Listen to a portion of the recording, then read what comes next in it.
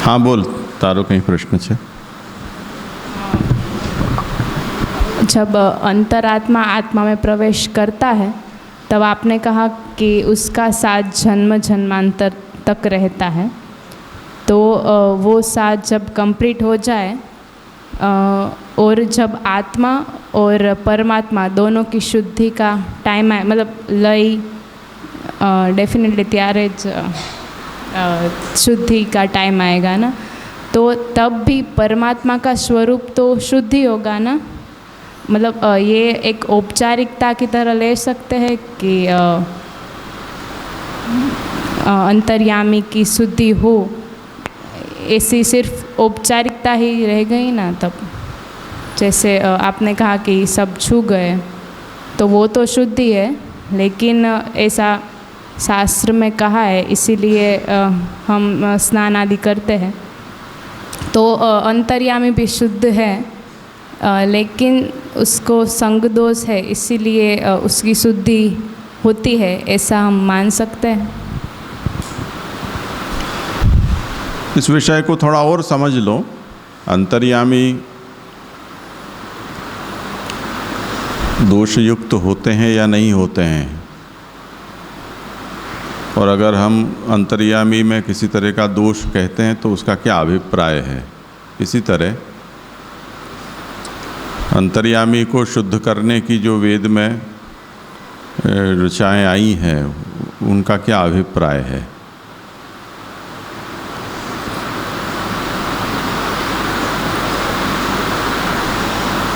जैसे कई बार हम जिनके साथ रहते हैं उनके साथ ऐसे प्रसंग होते हैं कि जो अभी कर्मचारी और मालिक के दृष्टांत में हमने देखा कि आरंभ में सभी शुद्ध होते हैं, पर व्यवहार में पड़ने के बाद धीरे धीरे कुछ न कुछ उसमें समस्याएं आती जाती हैं। अब हमने किसी को कई बार रोका टोका कि ऐसा मत करो, ऐसा करोगे तो नुकसान होगा। एक बार का, दो बार का, तीन बार का,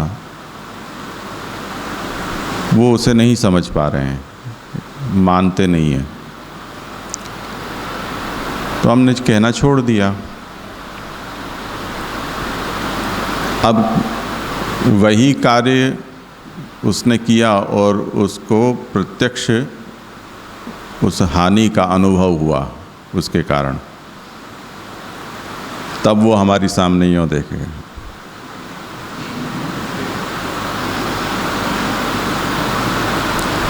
यानी वो ये कह रहा है कि मुझे टोका क्यों नहीं, ये उसका अभिप्राय है। अब वो टोका नहीं, हम चुप हैं, मुस्कुरा रहे हैं, ले ले तो जा, गुजराती में कहते हैं ना।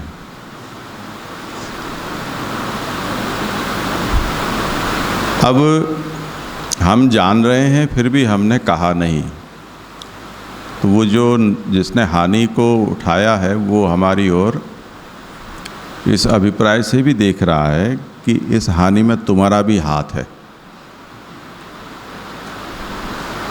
तुमने टोका क्यों नहीं, मुझे रोका क्यों नहीं, जानते हुए भी। हमारे पास नहीं टोकने का हमारा कारण है। अब ये दोष है कि नहीं, हमने तो वो गलती नहीं की है, पर हम उनके साथ हैं, बस इतना ही पर्याप्त है। कानून में ऐसा होता है कि कहीं कोई अपराध होता है और उसका कोई साक्षी होता है जो दो पक्ष में से किसी भी पक्ष में नहीं है शामिल, पर बस उस मौका वारदात पर उसकी उपस्थिति है, उतना ही है। अब कोर्ट उसको बुलाएगी, पुलिस बुलाएगी, धक्के खवाएगी, वो सब पीड़ा उसको भोगनी पड़ेगी। क्यों भोगनी पड़ेगी? वहाँ वो क्यों था, वहाँ होना ही उसका अपराध है। तो ये सब बातें वो अंतर्यामी के ऊपर भी आती हैं। अंतर्यामी तो कहता है मैं तो साक्षी हूँ, उसने हाथ ऊंचे कर दिए। आपका भी अंतर्यामी के विषय में कुछ ऐसा प्रश्न था कि और कुछ प्रकाश डाला जाए उस पर? तो भगवान ने उसको इस तरह से समझाया है कि जीवात्मा जो भी अच्छे बुरे कर्म करता है, उन सभी कर्मों में कई कारणों से मिलजुल कर वो कर्म संपन्न होता है। उसमें एक कारण दैवी भी होता है। अधिष्ठानम तथा कर्ता कर्णंच पृथक विधम विविधाश्च पृथक चेष्टा दैवम चैवात्र पंचमम। तो एक पंचमांश हिस्सा उस कार्य में दैव का है। तो दैव एक पंचमांश हिस्सेदार है उसमें। अब दैव को जब पूछो कि 20% तुम्हारा भी इसमें भागीदारी हम मानते हैं, तो अब आपकी इसमें भागीदारी कौन से रूप में थी? उपदृष्टा, अनुमंता, भर्ता, भोक्ता, महेश्वर, किस रूप में थी? तो वो जो अच्छे भी उसकी हिस्सेदारी होगी वो बता देगा। अगर अनुमंता के रूप में थी तो गंभीर माना जाएगा, यानी कि तुमने मुझे पूछ कर कहा और मैंने हाँ किया, करो। उपदृष्टा के रूप में थी, यानी कर रहे हो और अलिप्त होकर तुम उसको देख रहे हो, तो देखने की जिम्मेदारी। तुम्हारी आंखें खुली हुई थी कि नहीं? बंद तो नहीं थी। तुम ये नहीं कह सकते हो कि मैं सो रहा था। जैसे बच्चा को झूले में झुलाते हुए माँ उसके बाप को कह कर गई कि ध्यान रखना। अब बाप सो गया और उस बच्चे की नींद खुल गई, वो झूले में से उलट कर नीचे गिर पड़ा और हल्ला मच गया। बाप ने क्या कहा? मैं उपदृष्टा नहीं था, मैं देखने में तो सो गया था, मेरी आंखें लग गई थी, तो बच गया बेचारा। तो उपदृष्टा, अनुमंता, कहीं कुछ ऐसा उचित अनुचित या न्यूनातिरिक्त भोग हो गया। अब वो कहते हैं कि अब भर्ता आप थे या कोई और था? उसने, जीव ने जो भोग किया, वो भोग सप्लाई आपने किया था या कहीं और से हुआ है? अगर भर्ता है तो अंतर्यामी उसमें भागीदार हुआ, उस भोग में। भर्ता नहीं है तो जीव के भोग में वो भागीदार नहीं हुआ। इसी तरह भोक्ता, जीवात्मा जैसे वो प्रसिद्ध श्रुति है, दो पक्षी वृक्ष की डाल पर बैठे हैं, एक भोगता है और एक केवल देखता है, भोगता नहीं है वो। तो उस तरह से अंतर्यामी जीव द्वारा होते भोग में खुद हिस्सेदारी नहीं ले रहा है, तो वो भोगता नहीं हुआ। पर भोग कैसे हुआ? वो भोग जैसे आत्मा भोग करती है। आत्मा कुछ खाती पीती नहीं है, कुछ पहनती ओढ़ती नहीं है, पर देह ने जो कुछ किया है वो मैंने किया है, इस तरह से आत्मा का भोग सिद्ध होता है। उसी तरह अंतर्यामी का भी ये आत्मोपाधिक भोग होता है। यानी ये वो आत्मा है जिसके साथ जो मेरा साथी है, तो मेरी साथी आत्मा ने ये भोग किया। इस तरह से वो आभिमानिक भोग है केवल। पर ऐसा भोग भी अंतर्यामी ने किया है, ऐसा वो स्वीकार करते हैं, तब तो ये बात आती है, अन्यथा नहीं आएगी। जैसे भगवान ने द्रौपदी जी के चीरहरण हो रहे थे, तब द्रौपदी जी ने उनको याद किया बहुत तरह से। अब भगवान तो अंतर्यामी थे, वहीं बैठे हुए थे, तो देर क्यों लगाई? वो बड़ा रोचक और बड़ा हृदय द्रावक प्रसंग है, जो बड़े विस्तार से उसकी विवेचना की जाती है कि क्यों भगवान ने देर लगाई। उसमें ये कह जाता है कि उन्होंने जिन जिन नामों को याद किया, अब ये कॉमेडी है या ट्रेजेडी है वो पता नहीं है, पर भगवान के वो द्रौपदी जी ने जिन जिन नामों से याद किया, भगवान उन उन रूपों में और उन उन स्थानों से पधारे। मथुराधीश हो तो द्वारका से मथुरा चले गए, वहाँ से अरे द्वारकाधीश तो मथुरा से वापस द्वारका गए, फिर वहाँ से दौड़ कर आए, इसलिए टाइम लग गया।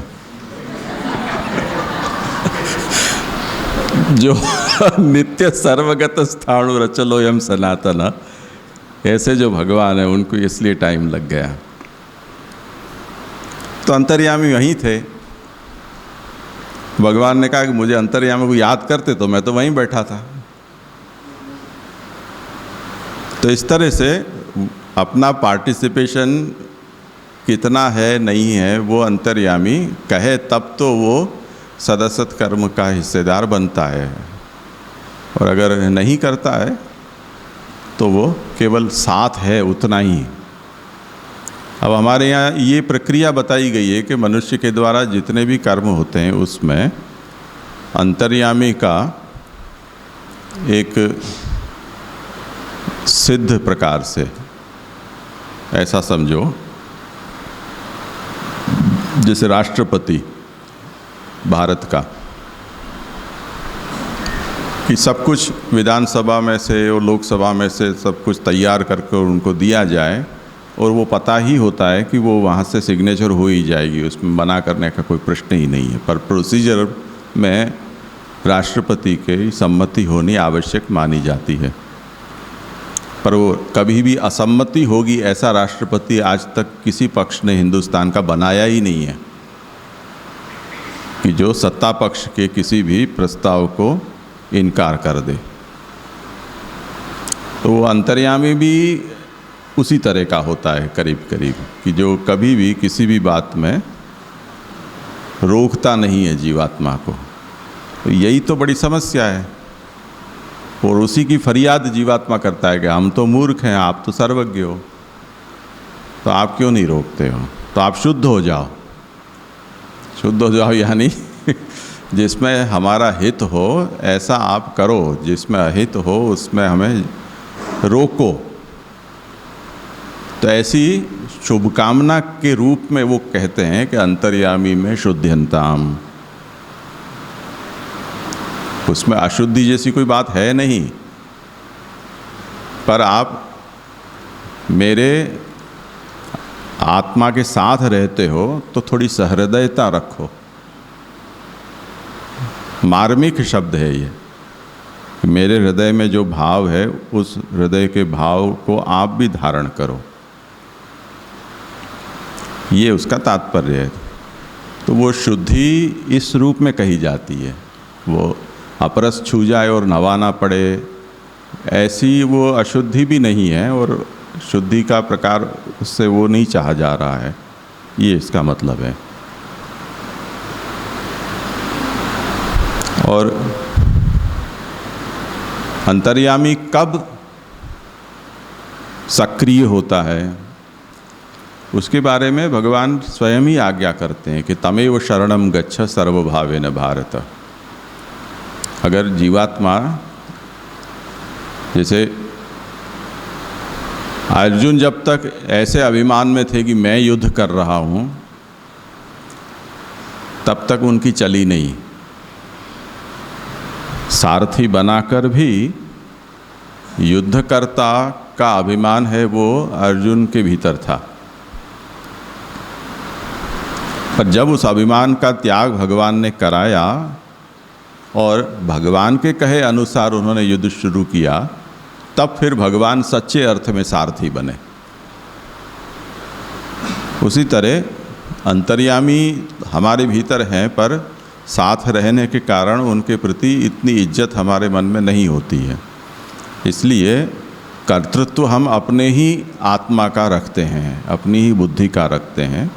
अंतर्यामी की इच्छा अनुसार हम कोई कर्म नहीं कर पाते हैं। पर सर्वभाव से उस परमात्मा की शरणागति हम स्वीकार कर, जैसे हरि इच्छा हो उस तरह से हम करें, तब फिर अंतर्यामी पूरा संचालन है वो अपने हाथ में लेते हैं, तब वो हमारे नियामक बन जाते हैं। जब तक हम अपने हाथ पांव उठा पटक करते हैं तब तक वो अपना हाथ पांव नहीं चलाते हैं। ये मतलब है। ठीक है, जैसे किसी को कुछ हानि हो गई, चोट लग गई, अब वो अपने ढंग से उठने का और चलने का प्रयास कर रहे हैं, उसमें सहायता करना वाला व्यक्ति है वो स्तब्ध हो जाता है, क्योंकि दो प्रयत्न लगने पर नुकसान ज़्यादा होते हैं। एक उसका प्रयास, वो पता नहीं कौन सी दिशा में कर रहे हैं, और हम अपनी सोच से उसको उठाकर चलाने का या बैठाने का प्रयास करते हैं, तो उस स्थिति में दोनों परस्पर विरोधी हो जाते हैं। तो हम उसको ये कहें कि तुम अपना शरीर बिल्कुल मुर्दे की जैसा ढीला छोड़ दो और हमें करने दो, तब हम करेंगे, तब सब कुछ हो जाएगा। उसका प्रयत्न बंद हो जाना चाहिए, ये बहुत ज़रूरी है। जैसे इंजेक्शन लगाते हैं तब कहते हैं कि आप अपने मसल्स को ढीला छोड़ दो, अब उस समय हमारा ध्यान इतना उस सुई घुसती है वहाँ होता है कि अनिच्छया भी वहाँ के हमारे स्नायु कठोर हो जाते हैं, उसके कारण दर्द ज़्यादा होता है। अगर ध्यान बटा दिया जाए और बेध्यान अवस्था में सुई घुसा दो, तो हमारी चमड़ी स्नायु ऐसे होते हैं कि बहुत नरम होते हैं, उसमें ऑलरेडी छिद्र बहुत सारे होते हैं, उसमें सुई घुस के और निकल जाती है, पता भी नहीं चलता है। तो हम जब अपना कर्तृत्व आगे रखते हैं तो अंतर्यामी कह रहा है कि मुझे क्या ज़रूरत है कुछ करने की, तुम खुद ही करना चाहते हो तो करो। तो तब अंतर्यामी सक्रिय नहीं होता है। और जब सर्वभाव से शरणागत हो जाते हैं, जो षड्विधा शरणागति, आनुकूल्य से संकल्प, प्रतिकूल विसर्जनम, रक्षिष्यति विश्वासो, भर्तृत्रिवर्णन तथा आत्मनैवेद्य कार्पण्यम, षड्विधा शरणागति, इस रूप में जब सर्वभाव से शरणागत हो जाते हैं, तब फिर अंतर्यामी सारथी रूप में बिल्कुल आगे आ जाते हैं, ये तात्पर्य है।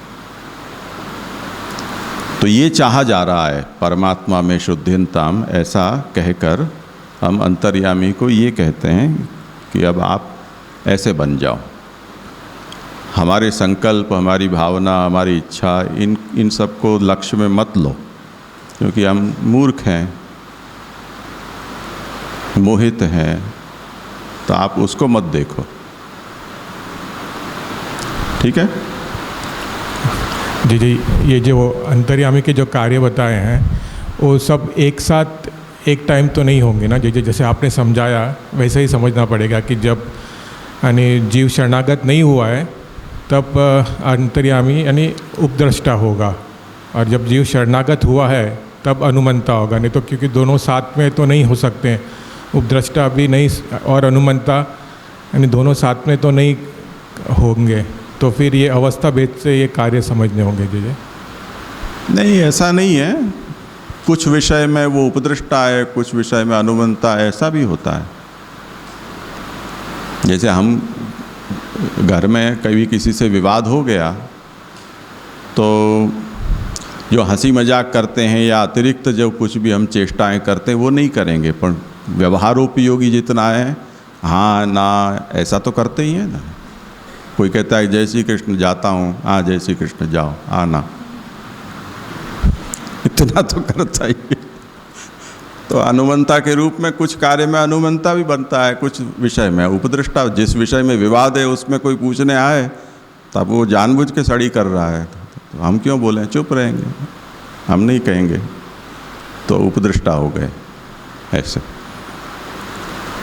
अब विवाद को हमको बढ़ाना नहीं है, तो खाना पीना है, कहीं व्यवहार में जाना है, साथ में चले जाएंगे, किसी को यूँ पता न चले कि झगड़ा है घर में। ऐसे तो वो साथ में रहता है, इसलिए वो भी ये सब टेक्निक जानता है अंतर्यामी, क्योंकि जो डिफ़ॉल्ट मैकेनिज़्म है वो ये है कि सबसे पहले कोई भी कार्य, जैसे मुझे हाथ भी ऊंचा करना है तो अंतर्यामी की अनुमति आवश्यक है, उसके बिना मैं हाथ ऊंचा नहीं कर सकता हूँ। मुझे पलक झपकनी है तब भी बिना अंतर्यामी की इच्छा के मैं पलक नहीं झपक सकता हूँ। अगर ऐसा हम मानते हैं कि इस विषय में भी अंतर्यामी वो साक्षी बन जाए या उपदृष्टा बन जाए, तब फिर उसका वहाँ होना ही अप्रासंगिक बन जाएगा। तो ये फंक्शन कैसे हो रहे हैं जो अंतर्यामी के रहते भी अगर तुम उसकी बिना अनुमति के हाथ ऊंचा कर सकते हो तो उसका होना वहाँ सार्थक बनाने के लिए इन सब क्रियाओं में भी अंतर्यामी की एक अघोषित सम्मति माननी चाहिए। तो जो प्रणाली है उसमें ये कहा गया है कि सबसे पहले अंतर्यामी की सम्मति हो, उससे तत्त इंद्रिय के देवता हैं वो अनुकूल हों, उनका कोई विरोध न हो, तदनुसार हमारा बुद्धि का संकल्प हो, उसके अनुसार बुद्धि हमारे तत्त अंगों को आदेश दे और उस तरह के कार्य को हम करें न करें या कोई और तरह से करें, इस तरह से वो आगे बढ़ता है। तो सबसे पहले अंतर्यामी आता है। जैसे इलेक्ट्रिक कनेक्शन ट्रांसफार्मर से समझो या आपकी इलेक्ट्रिक डिपार्टमेंट है वहाँ से समझो, आपके घर तक वो एस्टैब्लिश होना चाहिए। अब स्विच चालू करना या नहीं करना या पंखा चलाना या बिजली चलाना वो आपकी इच्छा के ऊपर बात है, पर वहाँ से अगर आपका फ्यूज़ निकाल दिया गया है तो यहाँ कुछ भी नहीं कर सकते हो। तो उस अर्थ में अंतर्यामी है सबसे प्राइम अथॉरिटी है, उसके बिना कुछ भी नहीं हो सकता है, ये उसका अभिप्राय है। अब इस विषय को ज़्यादा खींचने का मतलब नहीं है, यहाँ प्रसंग के लिए जो इतना स्पष्टीकरण इतना पर्याप्त समझना चाहिए। आगे पीछे प्रमेय प्रकरण में और ये विषय आता रहेगा। तो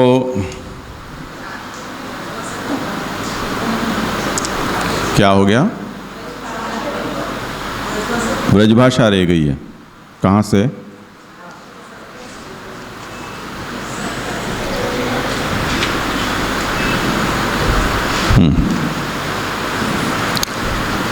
ब्रजभाषा देखनी रह गई है, वो देख लेते हैं।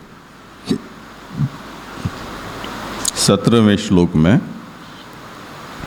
वेद में साध्य साधन रूप करी के हरि को निरूपण कियो है। वेदानुसार बर्ताव करी वेसों साध्य साधन रूप भगवान के प्रकट हुए वेसों सब पुरुषार्थ सिद्ध होवे हैं, क्योंकि भगवान ही पुरुषार्थ स्वरूप हैं। या प्रकार वेद के अर्थ को निरूपण करी के वेद के स्वरूप को निरूपण करते हुए प्रयोजन कहे हैं। रूप प्रपंच करणाद आसक्त स्वांश वारणे, वहाँ से भगवान को जगत रूप बड़ो विचित्र है, या विचित्र जगत में अल्प भगवद अंश जीवन को भ्रम होए जाए है। वा भ्रम के दूर करीवे के अर्थ श्रुति रूप या वेद रूप करी के भगवान ही प्रकट भये। तहा अंतर्यामी रूप करी के ही जीव को भ्रम क्यों नहीं दूर कियो, ये शंका नहीं करनी, क्योंकि जीव तथा अंतर्यामी दो भोगिवे के अर्थ हृदय में पहले सो ही प्रविष्ट होए रहे हैं। तहाँ भोग करी के भई जो चित्त की मलिनता है वाकू भीतर स्थित अंतर्यामी दूर नहीं कर सके है। तासों भीतर हृदय में धसवे को समर्थ ऐसे बाहिर स्थित वेद रूप सो प्रकट होए के चित्त प्रसन्न होवे के अर्थ भ्रम दूर करे हैं, ये वेद को प्रयोजन है। वेद के पाठ करी वेसों धर्मादिक हो सिद्ध होए हैं, ये नित्य प्रयोजन है। अथवा श्री वल्लभाचार्य जी वेदार्थ रूप जो पंचात्मक भगवान हैं उनको निरूपण करी के सदोष जीवन को या प्रकार को वेदार्थ नहीं मालूम पड़े है, किंतु सात्विक जीवन को ही अर्थ प्रकाशमान होवे है और को नहीं होवे है। तहाँ सब जीव भगवान के अंश है, तब ये कैसे मालूम होए कि ये सात्विक है, ये जीव सात्विक नहीं है। तहाँ व्यवस्था कहे हैं उत्पन्ना त्रिविधा जीवा इत्यादि। जब क्रीड़ा के अर्थ भगवान की बहुत होय के प्रकट होवे की इच्छा भई, तब चिदंश जीव आपके स्वरूप सो प्रकट भय। वे सब जीव तुल्य ही नहीं होए जाएं, या के अर्थ त्रिविध रस भोग करिवे के अर्थ 3 प्रकार के माया के गुणन करी के व्याप्त भय त्रिविध जीव प्रकट किए। अन्यथा तामस वस्तुन को भोग नहीं होएगो। याही सो श्रुति में त्रयः प्राजापत्याः या वाक्य में देव मनुष्य असुर 3 प्रकार के जीव गिने हैं। नारद पंचरात्र में हो 3 प्रकार के जीव लिखे हैं। तहाँ दैव जीव तथा मनुष्यन में सो उत्तम जीव मुक्ति योग्य हैं, मनुष्यन में सो मध्यम जीव संसार के योग्य हैं, मनुष्यन में सो अधम जीव नरक के अर्थ हैं। असुर जीव तामिश्र अंध तामिश्र में लय हुए के अर्थ हैं। उन त्रिविध जीवन के अंतःकरण हो गुणन के अनुसार न्यारे न्यारे हैं। तासों ये सब जीव वेद के अर्थ को यथार्थ सुनी के जब अपने मुख से वर्णन करें हैं, तब अपनी अपनी रुचि के अनुसार न्यारो न्यारो वेदार्थ वर्णन करें हैं, क्योंकि इनके स्वभाव गुणन के भेद सो वेदार्थ अनेक प्रकार के हो जाए हैं। स्फुट है, इसमें कुछ किसी को कोई समझ में नहीं आए ऐसी बात हो तो।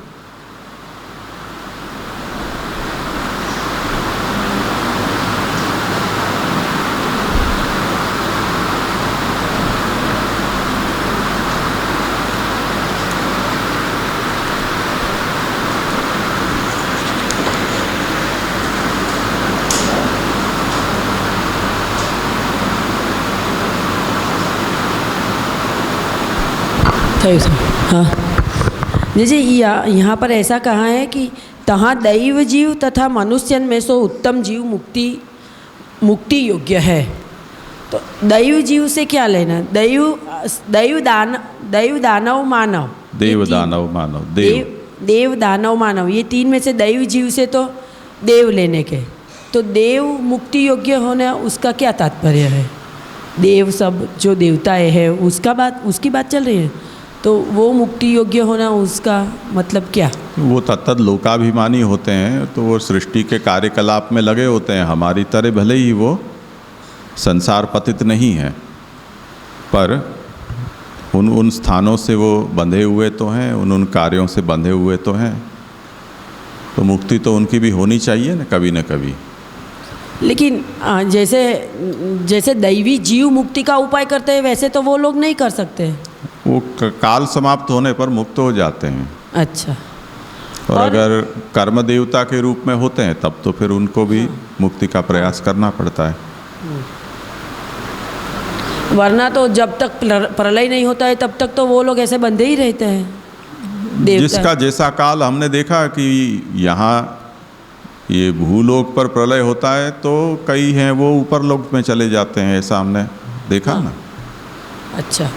सुनामी आती है तो पहली दूसरी मंजिल पे रहने वाले हैं वो दूसरी तीसरी चौथी मंजिल पर चढ़ जाते हैं, तो बच जाते हैं ऐसे। हाँ।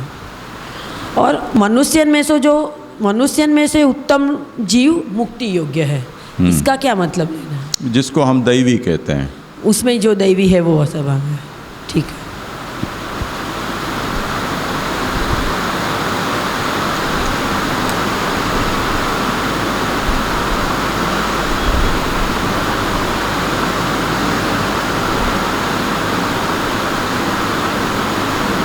करें। अब ये जो कहा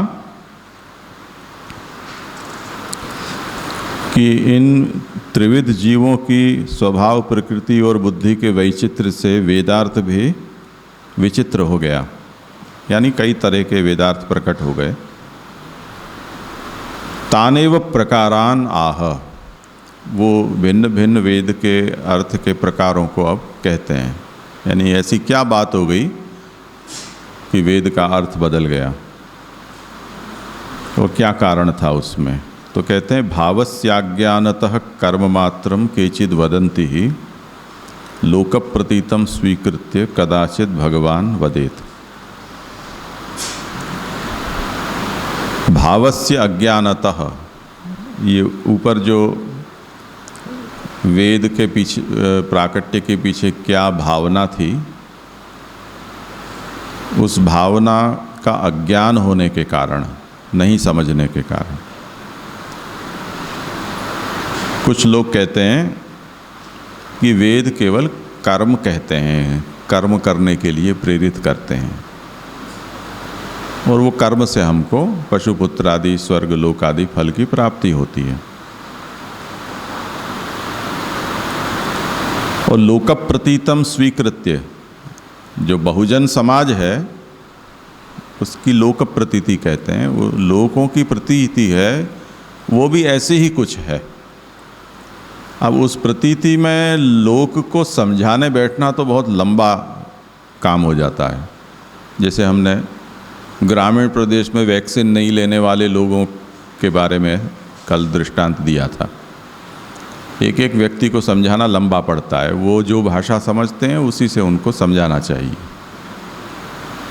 तो भगवान भी कभी कभी कुछ ऐसी बात कह देते हैं कि जो बहुजन समाज की धारणा के अनुकूल होती है। इसलिए लोक प्रतीति का स्वीकार कर कर भगवान भी कदाचित ऐसा बोल देते हैं, जो भगवत गीता के संदर्भ में आगे वो बात कही जाएगी कि भगवान ने कहीं कुछ ऐसा कहा है। वो समझाते हैं कि उपक्रमादि प्रकरणार्थस्य भावस्य अज्ञानात् केवलम वाक्यार्थमेव अनुभूय क्रियामात्रम वेदार्थः इति केचिद् आहुः। किसी भी विषय का निर्धारण करना है तो उपक्रम, उपसंहार, अभ्यास, अपूर्वता, फल, ये तात्पर्य निर्धारक दो पंचविध लिंग कहे गए हैं। उन पंचविध लिंगों के आधार पर हमें पूर्ण शास्त्र का अभिप्राय समझना चाहिए। एकाद वाक्य सामने आ गया, लोकार्थी चेत भजेत कृष्णम क्लिष्टो भवति सर्वथा, तो लोकार्थी भी पुष्टि मार्गी होता है। कहा क्यों? लोकार्थी शब्द का प्रयोग ही क्यों किया? अगर वो स्वीकृत नहीं था तो उसका उच्चार करने की भी जरूरत नहीं थी। और उसमें ये और प्रमाण दे दिया कि पुरुषोत्तम जी ने लिखा है कि लोकार्थी श्लोकस्तु अति जगन्याधि परित्वेपि प्रभु चरणैर उपेक्षितः। उसके ऊपर श्री गोसाई जी ने कोई टीका नहीं लिखी है। और पुरुषोत्तम जी ने ये कहा कि मुझे लगता है कि इसके ऊपर कुछ व्याख्या लिखनी चाहिए। तो पुरुषोत्तम जी ने लिखकर बता दिया ना कि वो भी स्वीकृत है, ऐसा तर्क और दिया। तो रही सही बुद्धि है, वो भी घास चरने चली गई ऐसा लगता है। और पुरुषोत्तम जी ने लिखा क्या, वो नहीं पढ़ना है। पुरुषोत्तम जी ने लिख दिया है तो स्वीकृत हो गया। पुरुषोत्तम जी ने यही तो लिखा कि ये संसारी मध्येपि यो जगन्याधिकारी तत्परः, ये तो संसारी जीव है, उसमें भी अति जगन्याधिकारी है। इसलिए पुष्टि मार्ग की चर्चा में उसके ऊपर क्या व्याख्यान करना, क्या स्याही बिगाड़ना, इसलिए श्री गोसाई जी ने उस पर व्याख्या नहीं की। पर मुझे लगता है कि काल अब आगे ऐसा आएगा कि जिसमें ऐसे अधम लोग भी पुष्टि मार्ग की कंठी पहनकर पुष्टि मार्गी बन जाएंगे, इसलिए उनको कोई पुष्टि मार्गी न समझ ले, इसलिए मैं ये स्पष्टता कर रहा हूँ। ऐसे करके श्री पुरुषोत्तम जी ने व्याख्या लिखी। तो उस व्याख्यान से उन्होंने कहा कि नहीं, टीका में लिख दिया ना तो पुष्टि मार्ग में वो मान्य है, अति जगन्य के रूप में भी स्वीकार्य है। तो निर्धारण ऐसे नहीं होगा। उपक्रम, उपसंहार, अभ्यास, अपूर्वता और फल, ये तात्पर्य निर्धारक लिंग होते हैं।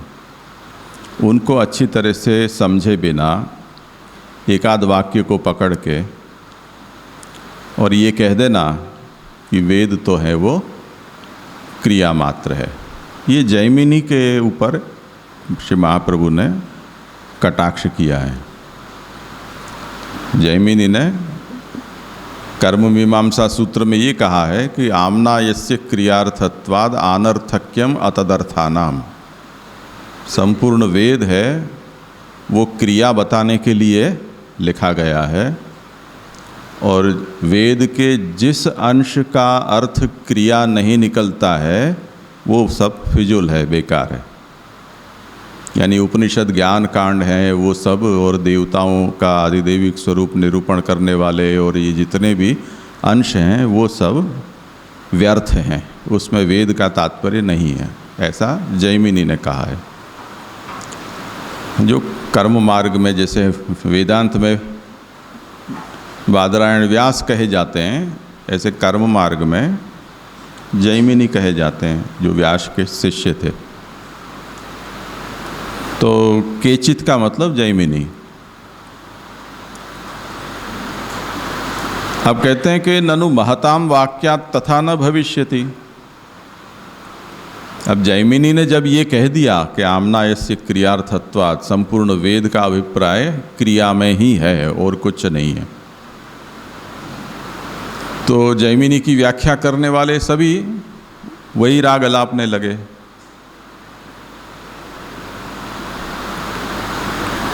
तो उस पर कहते हैं कि आप इनको ऐसा कहते हो कि इन लोगों ने गलत अर्थ किया है, पर उन्होंने तो जैमिनी आदि जो उसके प्रवर्तक आचार्य हैं, वेद के व्याख्याता हैं, उनके मत के अनुसार ये व्याख्यान किया है। तो आप ऐसा तो नहीं कह सकते कि जैमिनी नहीं समझे वेद को, क्योंकि जैसा व्यास जी का सम्मानजनक स्थान है उसी तरह जैमिनी का भी वेद की व्याख्या में ऐसा प्रामाण्य है, उनकी तूती बोलती है।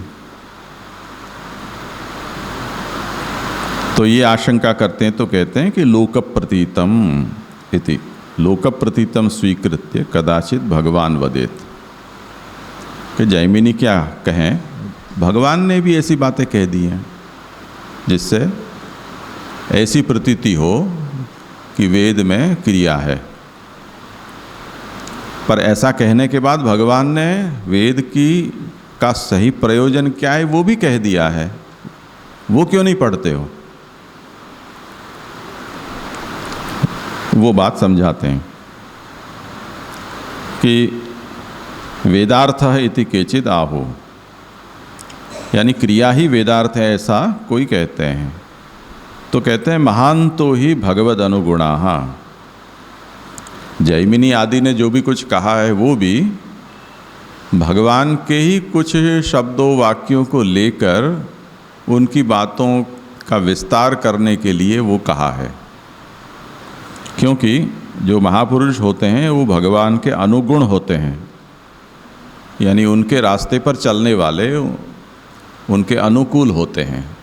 तो भगवान जो चाहते हैं ऐसा वो कर देते हैं, वो ये नहीं सोचते हैं कि ये करने योग्य है या नहीं। क्यों? क्योंकि भगवान ने कर रखा है।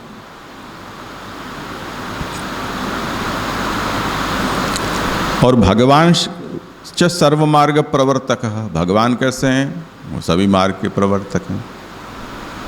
वो कर्म मार्ग के भी प्रवर्तक हैं, ज्ञान के भी प्रवर्तक हैं, भक्ति के भी हैं, योग के भी हैं, और न जाने कितने कितने मार्ग हैं, सभी के प्रवर्तक हैं। अतः कर्म मार्ग वक्तृन अनुसरति, तो कर्म मार्ग के वक्ता हैं वो उनका अनुसरण करते हैं और भगवान उनका अनुसरण करते हैं। जैसे अब उसका दृष्टांत देते हैं, भगवान ने कहा क्या क्या ऐसी बातें कही। एवं त्रयी धर्म अनुप्रपन्नाः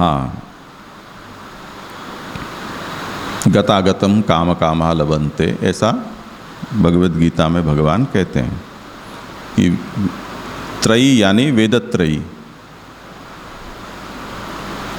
उस वेदत्रयी को अनुसरने वाले गतागतम काम कामाः लभन्ते, यानी जो सकाम हैं, पशुपुत्रादि स्वर्गादि फल की कामना वाले हैं, वो वेदत्रयी का अनुसरण करते हुए उन फल कामनाओं को भोगते हुए लोक लोकांतर में आते जाते रहते हैं, भटकते रहते हैं। ये एक वचन है। यानी अगर किसी को फल की कामना है तो वो वेद मार्ग से वो फल सिद्ध होता है, ऐसा भगवान स्वीकारा ना इसमें। अब भले ही ये निंदा के अर्थ में है, गतागतम काम कामा लभन्ते, उसमें उनका आवागमन कहा गया है, उत्तम लोक से अधोलोक में, अधोलोक से उत्तम लोक में। पर कामना पूर्ति का उपाय वेद बताता है, ये तो इसमें कहा ना। तो भगवान किसी न किसी रूप में ये तो स्वीकारते हैं कि वेदों से कामनाओं की पूर्ति होती है वैदिक कर्मों से। आगे, वेदवाद रताः पार्थ नान्यदस्तीति वादिनः, ऐसा वचन है वहाँ। अब भगवान ने ये द्वापर के अंत में ये बात कही है, पर संदर्भ किनका दिया है कि जो भगवान के पूर्ववर्ती वेदवादी हैं उनका, कि जो वेदवाद में रत हैं वो ऐसा कहते हैं कि स्वर्ग आदि लोक की प्राप्ति के अलावा वेद में और कुछ भी नहीं है। नान्यदस्ति यानी स्वर्ग आदि प्राप्ति ही वेद का प्रयोजन है, ऐसा वेदवादी कहते हैं। तो भगवान ने वहाँ अपने पूर्ववर्ती जो वेदवादी थे उनका संदर्भ देकर ये कहा कि ऐसा भी एक वेद को लेकर वाद प्रचलित है। ये हिस्टोरिकल रिकॉर्ड दे रहे हैं। आगे अब देखो, त्रैगुण्य विषया वेदाः निस्त्रैगुण्यो भवार्जुन निर्द्वंद्वो नित्य सत्वस्थो निर्योगक्षेम आत्मवान। अब ये कहने के बाद भगवान ये कहते हैं कि ये जो वेद हैं वो त्रिगुण विषय हैं, यानी वेद है वो सात्विक राजस तामस उनका विषय है वेद का। तो वेद का अनुसरण करने पर तुमको प्राकृतता ही प्राप्त होगी, हासिल होगी। पर तुम ऐसे त्रिगुण वाले न हो, तुम निर्गुण हो, ऐसा मैं चाहता हूँ। भगवान ने अर्जुन को ये कहा, निस्त्रैगुण्यो भवार्जुन, तुम इन गुणों से ऊपर उठो। निर्द्वंद्वो, द्वंद्व रहित हो। निर्योगक्षेम आत्मवान, तुम योगक्षेम की कामनाओं से बाहर हो, आत्मनिष्ठ हो, ऐसा भगवान कहते हैं। तो एक और भगवान ने उन वादियों का यहाँ स्मरण किया है कि जो वेद लौकिक फलों की प्राप्ति का साधन है ऐसा विधान करते हैं। दूसरी ओर भगवान अर्जुन को ये कहते हैं कि वेद में ये कहा हुआ है, फिर भी तुम इससे ऊपर उठो, यानी तुम ऐसी सकामता से वेद मार्ग का अनुसरण न करो, पर निष्काम होकर करो। अतो योगादि प्रचारार्थम प्रकारांतरापन्न श्रुत्यर्थ निंदया तथा बोधयति इति महांतोपि तमर्थम न निवारयन्ति इत्यर्थः। अब जैसे वही लोकार्थी वाला दृष्टांत ले लो। लोकार्थी को भी किसी तरह से पुष्टि मार्ग में खींच पकड़कर लाना है। क्यों? क्योंकि महाप्रभु ने उसका स्मरण सिद्धांत मुक्तावली में लोकार्थी चेत भजे कृष्णम कहकर किया तो सही ना। तो महाप्रभु ने किया, वो अपराध हो गया महाप्रभु से। उस रास्ते से, उस द्वार से लोकार्थी को पुष्टि मार्गी बनाने के लिए अब कमर कस के तैयार हो गए कि वो अगर उनको नहीं मानेंगे तो वो जाएंगे कहाँ बेचारे।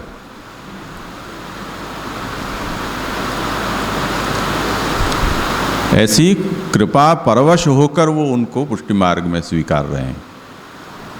अब जो दैमिनी आदि हैं वो भी जब ये कहते हैं कि आमनायस्य क्रियार्थत्वाद अनर्थक्यम अतदर्थानाम वेद है वो क्रियापरक है, और वेद में जो अंश क्रिया का निरूपण नहीं करता है वो अनर्थक्य है, उसका वो अर्थहीन है, निष्प्रयोजन है या निरुपयोगी है।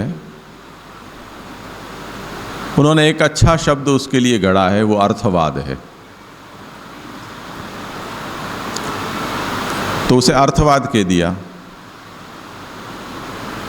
यानी वेद का उसमें तात्पर्य नहीं है, पर जो कर्म है उसकी या तो जो कर्म में प्रवृत्ति कराना चाहता है वेद, उसकी स्तुति के लिए कुछ बात कह दी गई है, या जिन कर्मों से वेद हमारी निवृत्ति चाहता है उसकी निंदा की गई है। तो कहीं निंदार्थवाद होता है, कहीं स्तुत्यर्थवाद होता है। जैसे इन दिनों में जो भी दवाई नहीं निकलती है, वो दवाई का उपयोग क्या होता है, यानी उसके लाभ क्या हैं और उसकी साइड इफ़ेक्ट्स क्या होती है, वो दोनों लिख दी जाती हैं। तो रिस्क फैक्टर्स भी वहाँ होते हैं और लाभ भी होते हैं। अब ये निंदार्थवाद और स्तुत्यर्थवाद है। लाभ जो बताते हैं वो स्तुत्यर्थवाद है, और साइड इफ़ेक्ट्स जो बताते हैं वो निंदार्थवाद है। इससे अधिक उसका और कोई लाभ नहीं है, उसमें तात्पर्य नहीं है, ऐसा जैमिनी ने कहा। अब ये बात कहकर किसी तरह से, क्योंकि वेद का वो हिस्सा है तो उसकी कुछ तो व्याख्या करनी ही पड़ेगी, अन्यथा चलेगा नहीं। जैसे हम श्री महाप्रभु जी की मुश्किल देखते हैं भागवत में कि 3 अध्याय प्रक्षिप्त हैं, इतने श्लोक प्रक्षिप्त हैं, कहीं बाहर से घुसा दिए गए हैं, वो साफ दिखलाई देता है। अब उसके ऊपर व्याख्या न लिखो तो कोई ये आक्षेप करेगा कि आपकी समझ में ये नहीं आ रहे थे इसलिए कह दिया कि बाहर से किसी ने घुसा दिए। तो ऐसी बात नहीं है, इसलिए अनिच्छया भी उसके ऊपर कुछ लिख दिया, तो ये आक्षेप अब दूर हो गया। तो कुछ अनिच्छया हो जाता है, अब उसकी व्याख्या तो देनी पड़ेगी। तो वेद में, वेद के पाठ में वो ऋचाएँ या वो मंत्र या वो श्लोक या वो गद्य अंश आ गया है तो वो वेद है ऐसा मानकर हमें चलना पड़ेगा। हम ये नहीं कह सकते कि वो वेद नहीं है, क्योंकि वेद इतना टाइट था कि उसमें एक अक्षर भी कोई निकाल नहीं सकता है, कोई उसमें कुछ डाल सकता है। उसकी जो स्ट्रक्चर जो वेद का है वो ऐसा है, टाइट, बहुत ही ज़्यादा किलेबंदी की हुई है। जो मंत्रात्मक है उनमें छंद से किलेबंदी हुई है, स्वरात्मक है उसमें स्वर से उसकी रक्षा की गई है, और अर्थ और संख्या के साथ भी उसकी पूरी इंडेक्स सभी जगह उपलब्ध हैं कि ये सूक्त है या ये मंडल है या ये कांड है, उसमें इतने मंत्र हैं, उन मंत्रों के ये छंद हैं, उनका ये निघंटु या निरक्त है जिसके वो कठिन शब्दों के अर्थ वहाँ बताए गए हैं। ऐसा पूरी तरह से उसको बांध दिया गया है, तो एक अक्षर भी उसमें आप जोड़ नहीं सकते, उसमें से एक मात्रा भी उसमें से निकाल नहीं सकते। अब उसमें ये कैसे कह दें कि जो कर्म का निरूपक नहीं है वो वेद का हिस्सा ही नहीं है, किसी ने घुसा दिया है? आप बोल ही नहीं सकते, जैमिनी भी नहीं कह सकते। तो उसकी व्याख्या देनी होगी कि इतने पैसेज को या इतने अंश को हम क्या कहें। तो उन्होंने उसकी व्यवस्था दी कि ये अर्थवाद है। तो ये बताते हैं कि अतो योगादि प्रचारार्थम प्रकारांतरापन्न श्रुत्यर्थ निंदया तथा बोधयति इति महांतोपि तमर्थम न निवारयन्ति। अब भगवान कभी समय के अनुकूल कुछ अन्य मार्ग का प्रवर्तन करना चाहते हैं। उन मार्ग का प्रवर्तन करते समय कभी ये समस्या आती है कि जो प्रचलित मार्ग होता है वो उसमें अवरोधक बन जाता है। जैसे हम इन दिनों देखते हैं कि जितने भी स्टेट हाईवे, नेशनल हाईवे है, वो भारत सरकार बहुत अच्छे बनाने का प्रयास कर रही है। अब लोगों के पास अगर विकल्प रहा तो वो टोल टैक्स बचाने के चक्कर में इन अच्छे मार्गों का उपयोग नहीं करके और कोई दूसरे रास्तों का उपयोग करेंगे जो प्रचलित थे। तो ये नए मार्ग को प्रवर्तित करना है तो दूसरे मार्गों को बंद करना पड़ेगा या उनका मेंटेनेंस हमें कम कर देना होगा, उबड़ खाबड़ बना देने पड़ेंगे कि जख मार के जनता को नए अच्छे मार्ग का उपयोग करना पड़े। तो भगवान कभी किसी काल में किसी मार्ग को बढ़ावा देना चाहते हैं तो प्रचलित जो मार्ग है उसकी कभी ऐसी उपेक्षा या निंदा या उसमें कुछ दोष का कथन कर देते हैं। अर्जुन को अभी भगवान कोई और रास्ते पर चढ़ाना चाहते हैं तो त्रैगुण्य विषया वेदा निस्त्रैगुण्यो भवार्जुन, ये तो सब त्रैगुण वेद विषय वेद हैं, तुम इसको छोड़ो, तुम्हारे लिए ये नहीं है, तुम तो निर्गुण हो जाओ जो मैं कह रहा हूँ। तो अभी जिन जिन वचनों, वेद वचनों को, शास्त्र वचनों को सोच सोच कर अर्जुन के मन में युद्ध में निरुत्साहता आ रही थी, उन सबको त्रैगुण्य विषया कहकर और भगवान ने उसको अलग कर दिया। अब तो मैं कहता हूँ वही करो, मन्निष्ठम निर्गुणम स्मृतम, ऐसे कहकर भगवान उनको वहाँ चढ़ाना चाहते हैं, शरण योग में या भक्ति योग में। अब भगवान ने ऐसा कह दिया तब फिर उसकी व्याख्या में भी लोग कमर कस के तैयार हो गए कि हाँ देखो है कि नहीं। तो पूरे वेद की व्याख्या उस प्रकाश में लोगों ने करनी शुरू की। जैसे भगवत गीता में भारत की आज़ादी का संदेश भगवान श्री कृष्ण ने दिया है, ऐसा पूरी भागवत का कर्मयोग परक व्याख्यान है वो की गई है कि नहीं गोखले ने। तो अब ये समझना है कि भगवान को हिंदुस्तान के ऊपर अंग्रेज आ चढ़ेंगे, गुलाम बना लेंगे और फिर उसमें से उसको आज़ाद भी करना है, उसका उपदेश अर्जुन को देते समय भगवान ने उसमें कर दिया।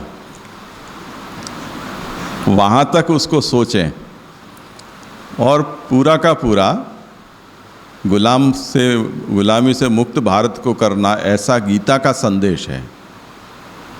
ऐसी व्याख्या करना वो बड़ा साहस का काम है। पर जिस समय जो प्रवर्तित करना हो उसमें लोगों में जिस पर शास्त्र की मान्यता हो उसके द्वारा वो बात कही जा सकती है तो उस बार कर दो, लोग पढ़ेंगे तो सही। तो जेल में बैठे बैठे गीता का कर्मयोग उन्होंने लिख दिया।